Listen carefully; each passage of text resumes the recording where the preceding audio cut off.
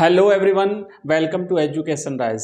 History की इस capsule series में आप सभी का मोस्ट वेलकम। कल हम क्लास नहीं ले पाए थे, लेकिन आज फिर से कंटिन्यू करते हैं और ये हिस्ट्री का हमारा लास्ट चैप्टर है। हमने कहा था एक राउंड चलेगा, फिर हम नेक्स्ट राउंड शुरू करेंगे, लेकिन उससे पहले कुछ नई घोषणा करो, उससे पहले एक बार हम इस चैप्टर को कंप्लीट कर लेते हैं। आइए शुरू करते हैं, एक एक करके सारे क्वेश्चंस हम देखने वाले हैं और कंप्लीटली क्लास को देख लेना।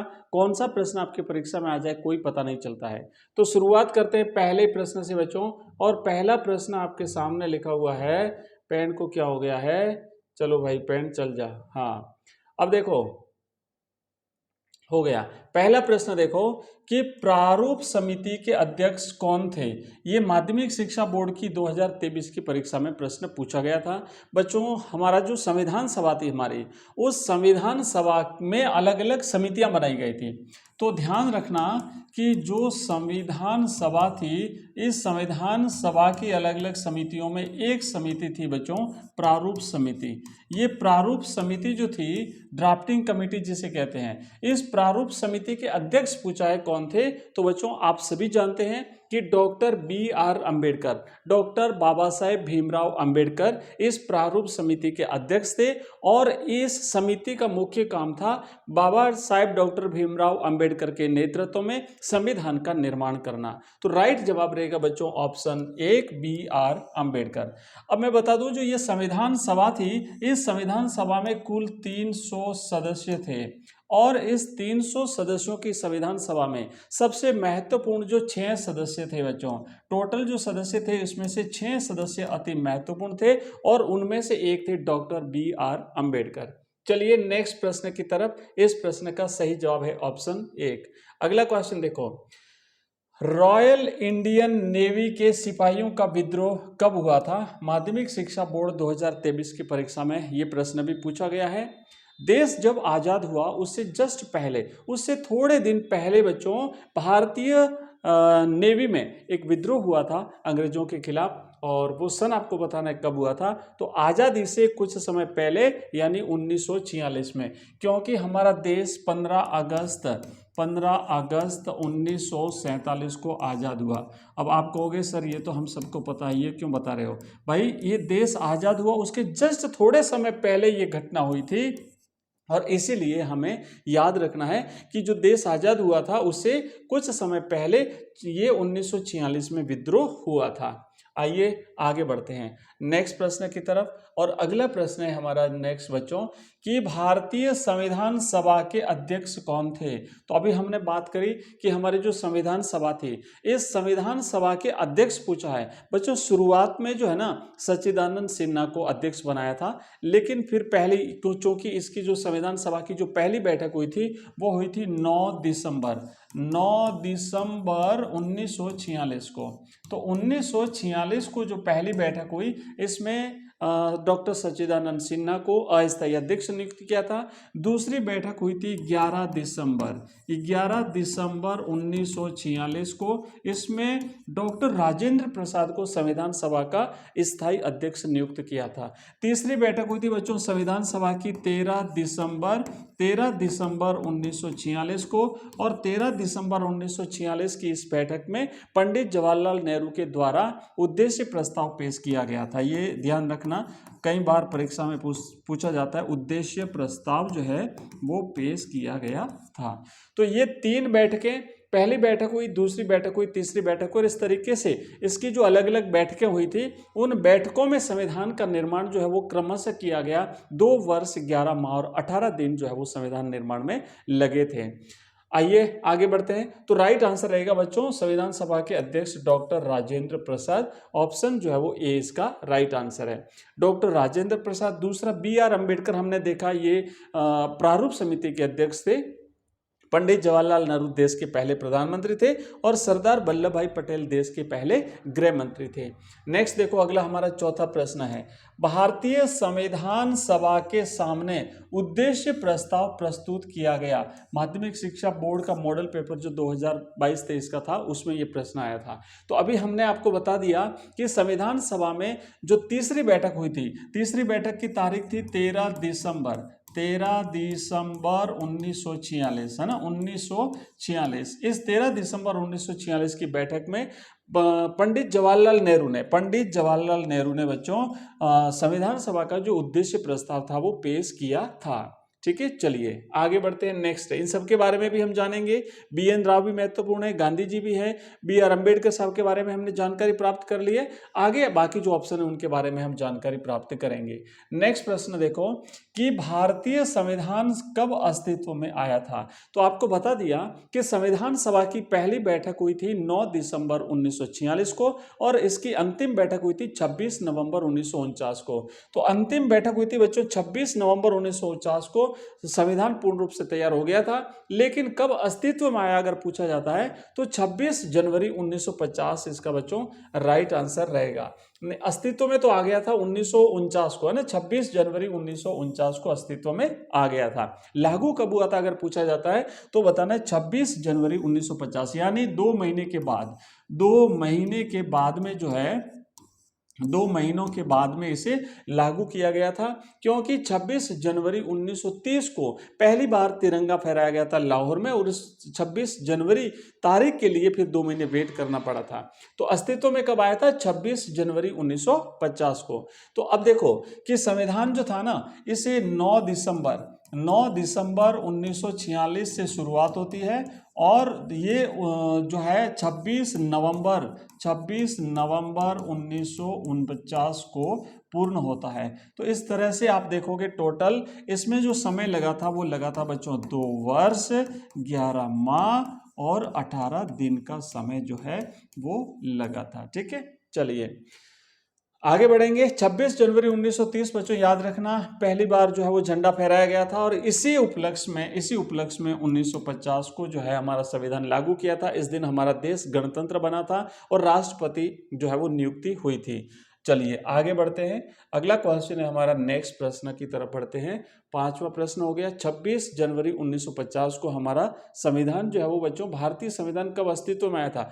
अस्तित्व में तो आ गया था 26 जनवरी 1949 को, लागू हुआ था 1950 को। अगला प्रश्न देखो, संविधान सभा के कुल कितने सत्र हुए थे? बच्चों संविधान सभा के टोटल जो है वो 11 सत्र हुए थे। 9 दिसंबर 1946 से लेकर के 26 नवंबर 1949 तक टोटल कितने हुए थे? 17, इसके 11 सत्र हुए थे। तो बाकी जो है ना, बाकी जो विभिन्न जो समितियां बनाई थी, कमेटियां बनाई थी, वो लोग अपना काम करते रहे थे। अगला क्वेश्चन देखो, नेक्स्ट हमारा अगला प्रश्न है कि संविधान सभा के कितने प्रतिशत सदस्य कांग्रेस के भी सदस्य थे? भाई देखो उस समय चूंकि सबसे बड़ी पार्टी कांग्रेस थी, कुछ और पार्टियां भी थी जैसे मुस्लिम लीग, तो मुस्लिम लीग ने संविधान सभा का बहिष्कार किया था। इसके अलावा भी जैसे समाजवादी पार्टी आदि इस प्रकार की कुछ पार्टियां, तो उनके कोई सदस्य नहीं थे और ज्यादातर सदस्य जो है वो कांग्रेस पार्टी के ही थे इसमें।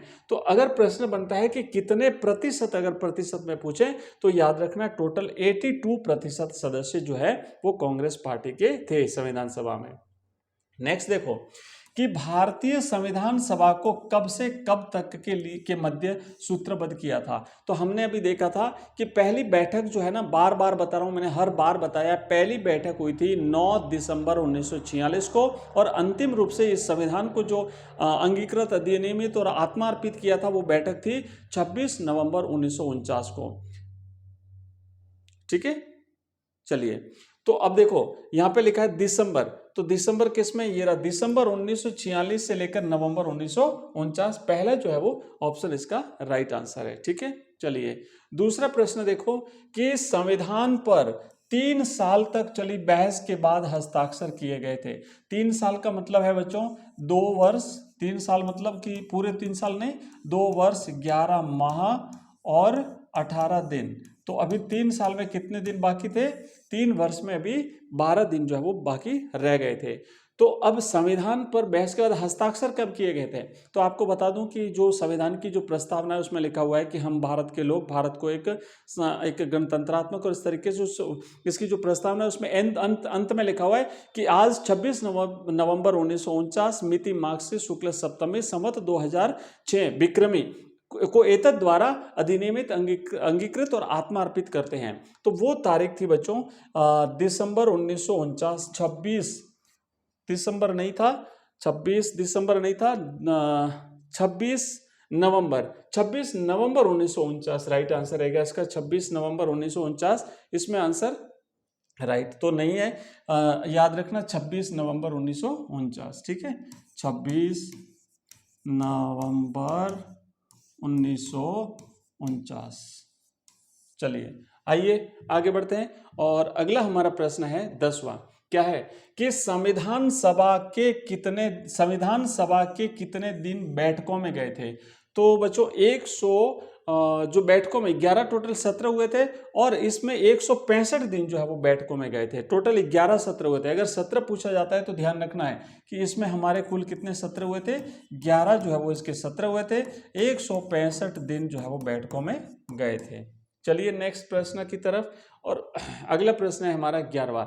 विश्व का सबसे बड़ा संविधान निम्न में से किस देश का है। तो विश्व का सबसे बड़ा संविधान हमारे देश भारत का है। एक सबसे बड़ा लिखित संविधान हमारे देश का है। हमारे जो बुद्धिजीवी लोग हुए थे, जो संवैधानिक निर्माण में जो लोग लगे हुए थे, उन सब ने विश्व के विभिन्न देशों के संविधानों का अध्ययन किया और सबसे श्रेष्ठ जो कानून थे वो हमारे देश के संविधान में लागू जो है वो अपनाए हैं। तो भारत का संविधान विश्व का सबसे बड़ा संविधान है। आगे लिखा है कि हम सिर्फ नकल करने वाले नहीं हैं, यह कथन किसका है। तो हमारे संविधान निर्माण के दौरान पंडित जवाहरलाल नेहरू ने बच्चों ये बात कही थी कि हम विश्व के विभिन्न देशों के संविधान की केवल नकल ही नहीं कर रहे हैं, बल्कि सारी चीज़ों का विश्लेषण करके, एनालिसिस करके हम उसमें से जो चीज़ हमारे लिए उपयुक्त है उसको ले रहे हैं। अगला क्वेश्चन देखो कि ब्रिटिश औपनिवेशिक शासन में गवर्नमेंट ऑफ इंडिया एक्ट के तहत निम्न में से किस वर्ष प्रांतीय संसदों के चुनाव हुए थे। तो प्रांतीय संसदों के चुनाव 1937 में हुए थे। 14वां प्रश्न देखो, अंग्रेज तो चले गए लेकिन जाते जाते शरारत के बीज बो गए, संविधान सभा में यह कथन किसने कहा था। तो बच्चों सरदार पटेल साहब ने, जो भारत के, जो देश के पहले गृह मंत्री थे और देश की अभी वर्तमान जो स्थिति है अखंडता की, एकता की, उस स्थिति को बनाने में, लाने में सबसे महत्वपूर्ण भूमिका रही थी, वो सरदार पटेल साहब की थी। नेक्स्ट प्रश्न देखो कि निम्न में से संविधान सभा के किस सदस्य को लगता था कि पृथक निर्वाचिका आत्मघाती साबित होगी। अलग अलग धर्म के लोगों के लिए, अलग अलग जातियों के लिए ये जो एक बीज बोया गया था उसके बारे में कहा गया था बेगम एजाज रसूल ने कि भाई ये जो अलग अलग पृथक निर्वाचन जो है वो देश के लिए घातक हैं। संविधान सभा में कुल कितने सदस्य थे। बच्चों संविधान सभा में कुल 300 सदस्य थे। राइट आंसर रहेगा कि संविधान सभा में कुल 300 सदस्य थे। नेक्स्ट प्रश्न देखो, हम कुछ रिक्त स्थान के प्रश्न भी कर लेते हैं कि भारत के संविधान को दिसंबर 1946 से लेकर के नवंबर 1949 के बीच सूत्रबद्ध किया गया था। याद रखना पहली बैठक 9 दिसंबर 1946 को हुई थी और अंतिम जो हस्ताक्षर हुए थे वो थे 26 नवंबर 1949 को। अगला क्वेश्चन देखो, ब्रिटिश राज के दौरान उपमहाद्वीप का लगभग भाग नवाबों और रजवाड़ों के नियंत्रण में था। हालांकि ये लोग भी ब्रिटिश के अधीन थे, तो 1/3 भूभाग देश का जो था वो इनके अधीन था, 1/3। अगला क्वेश्चन देखो, 13 दिसंबर 1946 को रिक्तिस्तान ने संविधान सभा के सामने उद्देश्य प्रस्ताव पेश किया था। तो 13 दिसंबर 1946 को संविधान सभा की तीसरी बैठक हुई थी और इस तीसरी बैठक में पंडित जवाहरलाल नेहरू जी ने जो है वो उद्देश्य प्रस्ताव पेश किया था। अगला क्वेश्चन देखो, गणराज्य शब्द में शब्द पहले से ही निहित होता है। गणराज्य का मतलब होता है लोकतांत्रिक। अगला क्वेश्चन है कि गवर्नमेंट ऑफ इंडिया एक्ट के अंतर्गत 1937 में चुनाव हुए तो कांग्रेस की सरकार 11 में से कुल कितने प्रांतों में बनी थी। तो 11 में से टोटल 8 प्रांतों में कांग्रेस की सरकार बनी थी।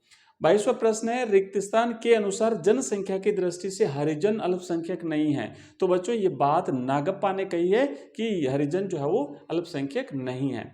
अनुच्छेद के अनुसार गवर्नर की सिफारिश पर केंद्र सरकार को राज्य सरकार के सारे अधिकार अपने हाथ में लेने का अधिकार है। तो ये प्रश्न है 356, अनुच्छेद 356 के तहत किसी भी राज्य में राष्ट्रपति शासन लगाया जाता है। अगला क्वेश्चन है कि रिक्तिस्तान के द्वारा सदन को यह बताया गया कि दक्षिण में हिंदी का विरोध बहुत ज्यादा है। तो सदन को दुर्गाबाई के द्वारा यह बताया गया कि दक्षिण भारत में हिंदी भाषा का बहुत ज्यादा विरोध हो रहा है। अगला क्वेश्चन है कि भारतीय संविधान के अनुच्छेद 365 में क्या प्रावधान किया गया है। तो 365 में बच्चों 356 है, 365 नहीं है, 356 है। मैं गवर्नर की सिफारिश पर केंद्र किसी भी राज्य में राष्ट्रपति शासन लगा देता है या वहाँ के टोटल अधिकार जो है वो अपने पास ले लेता है। नेक्स्ट है, तो बच्चों अभी हम इतना ही करेंगे इस क्लास में, बाकी जो बचे हुए क्वेश्चन है वो हमारी सेकंड क्लास जो है वो आएगी। अब हम बताएंगे जैसे हिस्ट्री का जो हमारा एक राउंड कंप्लीट हो चुका है और सेकेंड राउंड हम शुरू करें उससे पहले हम एक बार पॉलिटिकल साइंस शुरू करेंगे, उसके बाद फिर हम हिस्ट्री को फिर से शुरू करेंगे। तो कल से अपनी क्लास जो है वो पॉलिटिकल साइंस की आएगी, चैप्टर 1 से हम शुरू करेंगे। बाकी हमारी क्लासेज जैसे इंग्लिश कंपलसरी की हमारी क्लास मॉर्निंग में आती है, साथ ही साथ हिंदी कंपलसरी की हमारी क्लास शाम को 8 बजे आती है और इस तरीके से हमारी सारी क्लासें आपको मिलती रहेगी। अगर आपको ये क्लास पसंद आई है तो इस चैनल को सब्सक्राइब करें, वीडियो को लाइक करें। इस वीडियो के डिस्क्रिप्शन में हमारे सभी लिंक दिए हुए हैं, हमारे ऐप का लिंक, हमारे व्हाट्सएप ग्रुप, टेलीग्राम चैनल, वहाँ पे आपको कोर्सेज मिलेंगे, सारी चीज़ें हैं तो आप डाउनलोड कर सकते हैं। मिलते हैं अगली क्लास में, तब तक के लिए जय हिंद, जय भारत।